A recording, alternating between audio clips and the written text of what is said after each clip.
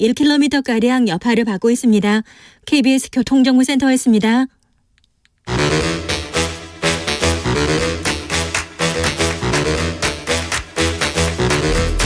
이것이 혁신이다. 여야를 내려놓고 관습을 떼버리고 혁신을 외쳐봅시다. 다시 만난 정치 공동 혁신구역. 수요일 주진우 라이브는 정쟁 비무장지대로 변신합니다. 대한민국 발전을 위해서는 날쌘 공방 해보겠습니다. 주진우 라이브가 지정했습니다. 여야 혁신위원장 세 분 모셨습니다. 먼저 김용태. 네, 국민의힘 김용태입니다. 류호정. 네, 정의당 류호정입니다. 용혜인. 네, 안녕하세요. 용혜인입니다. 네. 광복절 특사 관련 기사가 이렇게 나왔어요. 뭐 최지성 장충기는 제외된 듯하고 김태우는 포함됐다, 이런 기사도 나왔는데 어떻게 보셨습니까, 김용태 최고?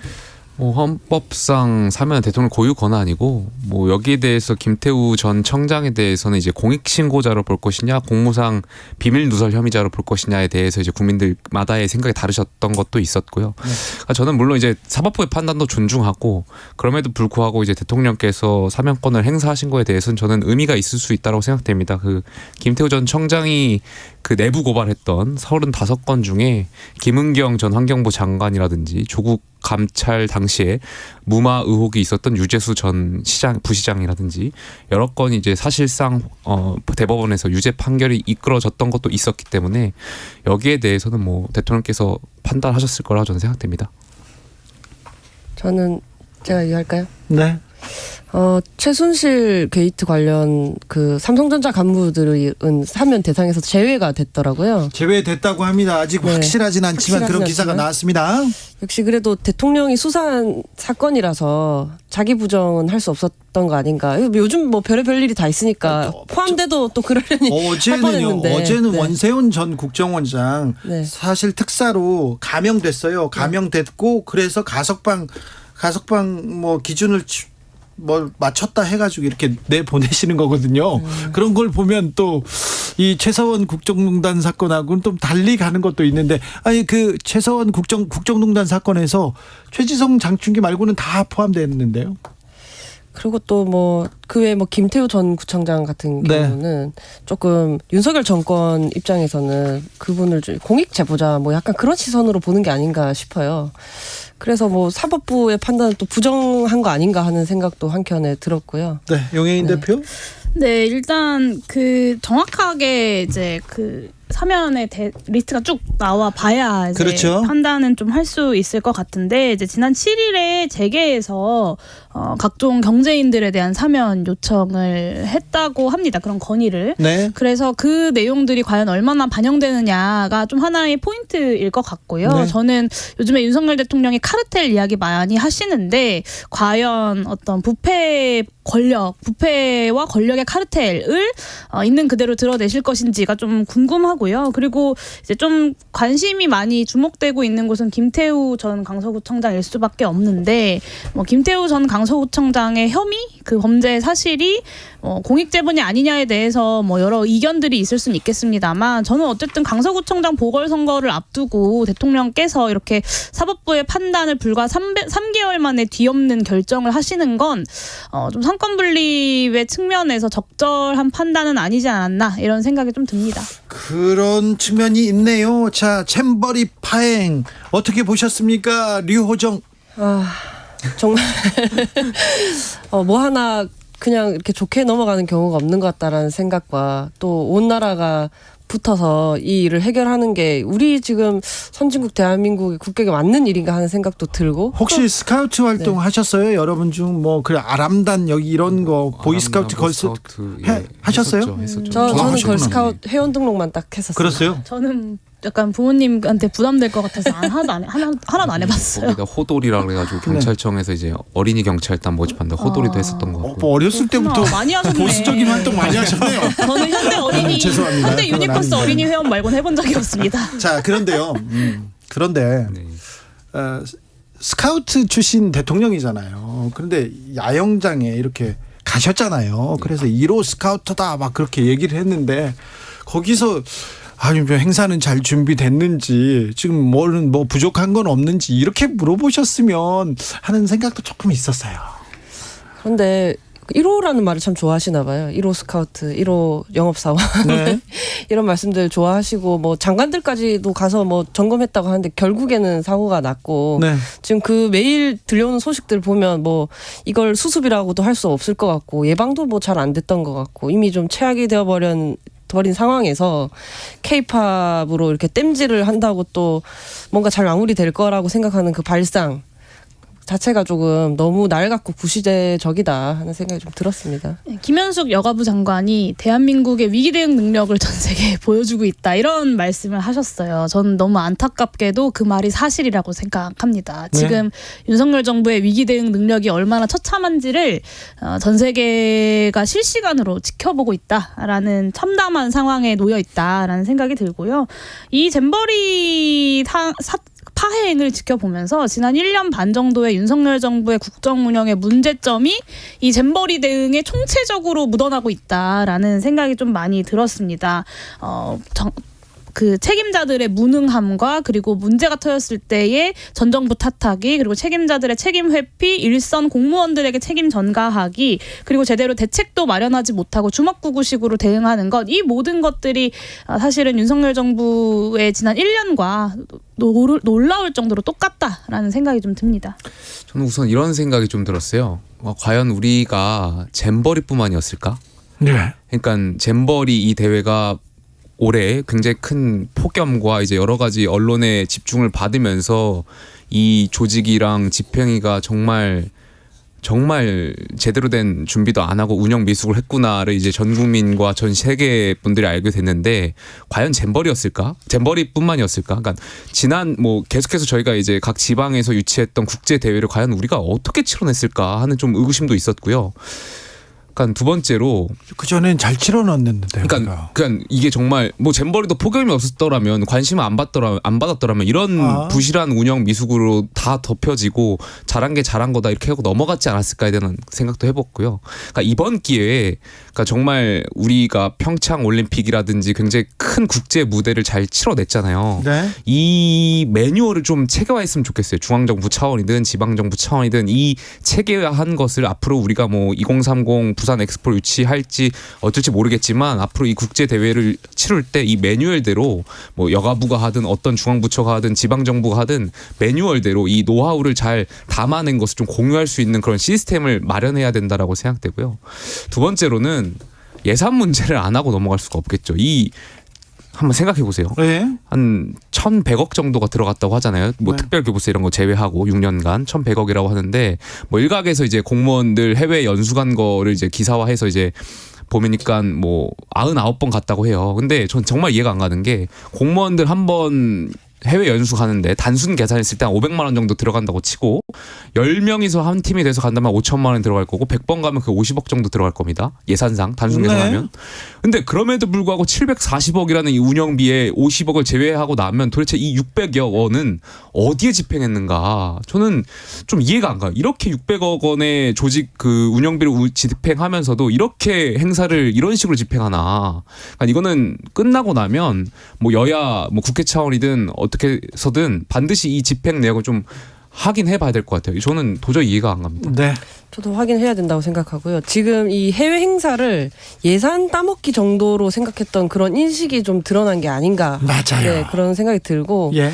아마 잼버리 핑계로 또 더 광범위한 부지 조기 매립하겠다는 그런 목적 달성을 위해서 좀 더 무리하게 추진한 게 있었을 거고요. 농지관리 기금을 끌어다 썼다고 하잖아요. 뭐 숨겨진 속셈들이 이러저러하게 있었기 때문에 돈은 돈대로 쓰고 행사는 행사대로 망했고 국제적으로 망신당하고 망신살 안 뻗치기 위해서 하고 있는 그 행위들이 조금 더 이렇게 시민들을 더 답답하게 만들고 있고 뭐 그런 상황 아닌가 싶습니다. 이번 기회에 이런 일이 다시 벌어지지 않도록 네, 엄정하게 이렇게 파헤쳐야 하지 않을까 싶습니다. 그런데 K-팝 콘서트에 BTS 참여하게 해서 우리의 역량을 보여주자 이렇게 국민의힘 한 의원께서 이렇게 얘기했는데 이 부분은 어떻게 봐야 됩니까, 뭐 성일종 의원이신 네. 것 같은데 성일종 의원의 생각에서 그것이 이제 국가와 국민을 위한다고 생각하셨기 때문에 이렇게 말씀하신 것 같은데, 네.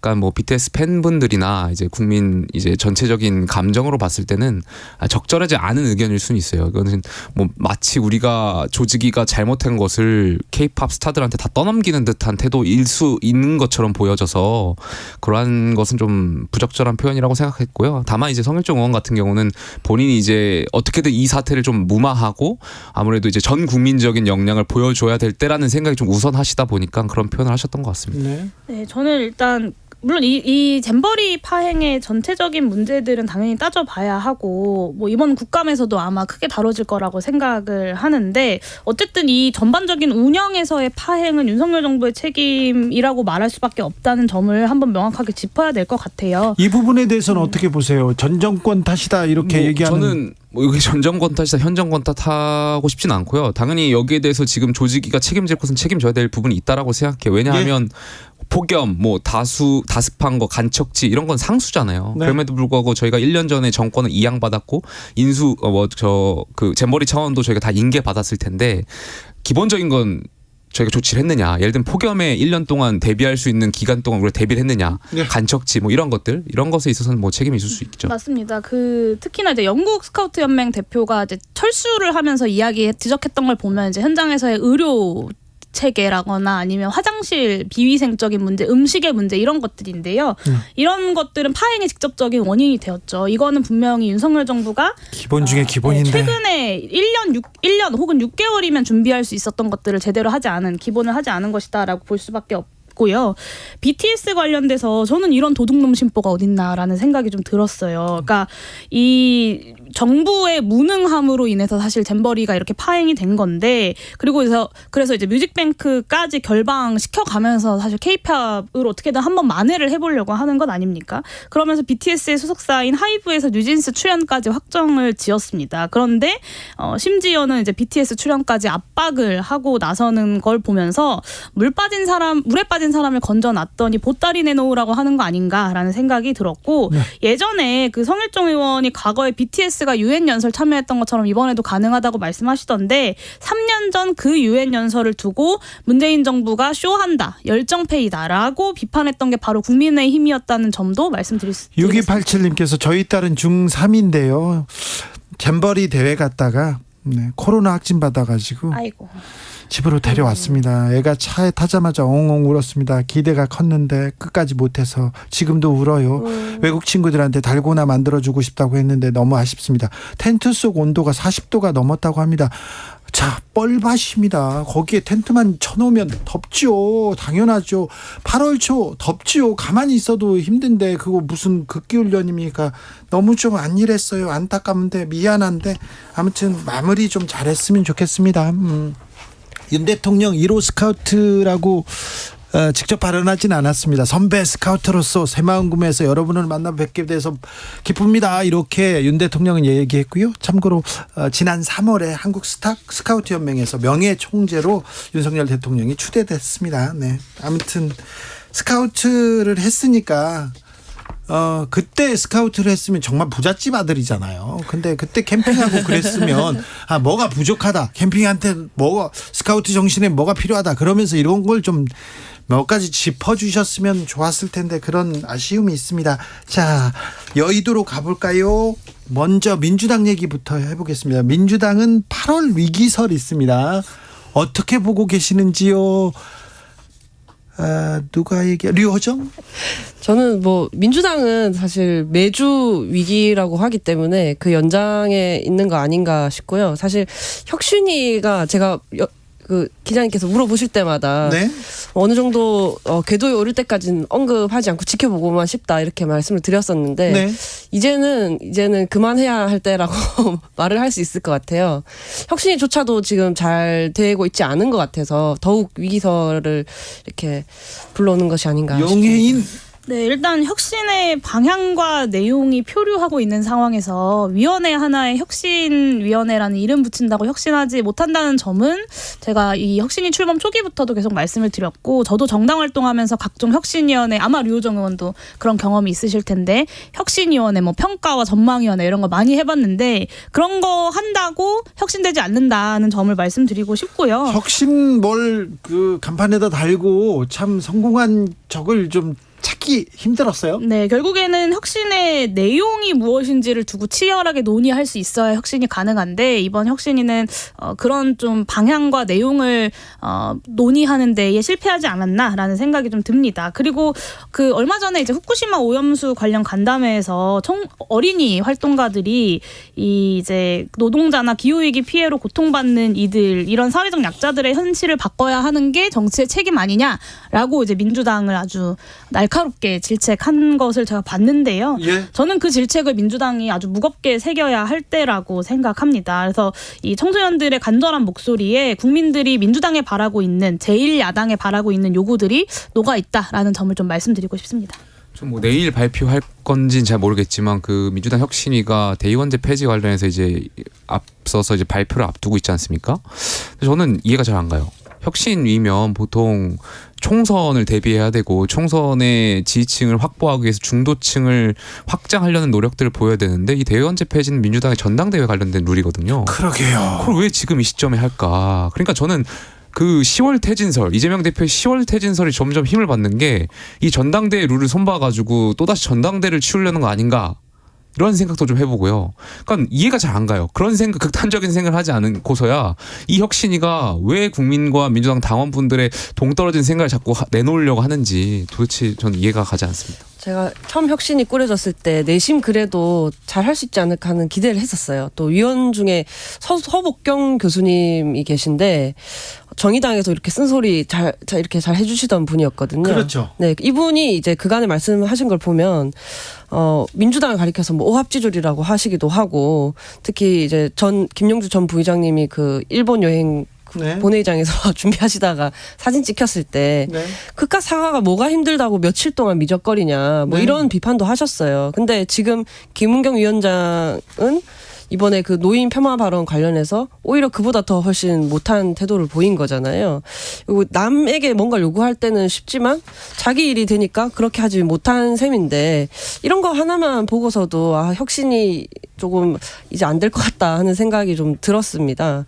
그래서 이제 정말 해산을 해야 할 때가 아닌가 싶습니다.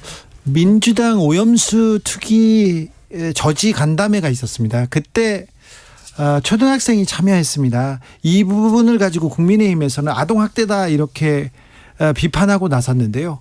어찌 보십니까? 그러니까 정치는 모든 것이 이제 메시지잖아요. 특히 야당 대표의 어떤 그런 일정 같은 게 다 메시지인데, 뭐 이재명 대표가 그것을 의도하든 의도하지 않았던 아이들을 이용해서 마치 윤석열 정권을 공격하려고 하는 듯한 그런 메시지를 보여주잖아요. 그래서 저는 그 간담회가 어린이 활동가라고 하는 분들이 원해서 이루어진 것인지는 잘 모르겠습니다만, 원해서 이루어져서 뭐 들을 수 있죠. 그러면 비공개로 하셨어야죠. 왜 이걸 공개로 해가지고 어린이 활동가라고 하는 분들에게 이러한 어떤 글쎄 약간 국민들이 봤을 때 어린이를 마치 이용하는 것처럼 보여지잖아요. 이거는 이재명 대표나 민주당의 어떤 일정 담당하시는 분들이 저는 결코 국민들께 좋은 모습 보여주지 못한 거라고 생각합니다. 용해인. 왜 비공개로 해야 되죠? 이 어린이 활동가들의 발언을 폄훼할까봐 비공개로 해야 하는 건가라는 생각이 오히려 좀 들었는데, 이번에 그 후쿠시마 관련 간담회에 참석했던 어린이 활동가들이 제가 지난달에 국회에서 이제 노키즈존 관련 토론회를 열었었는데,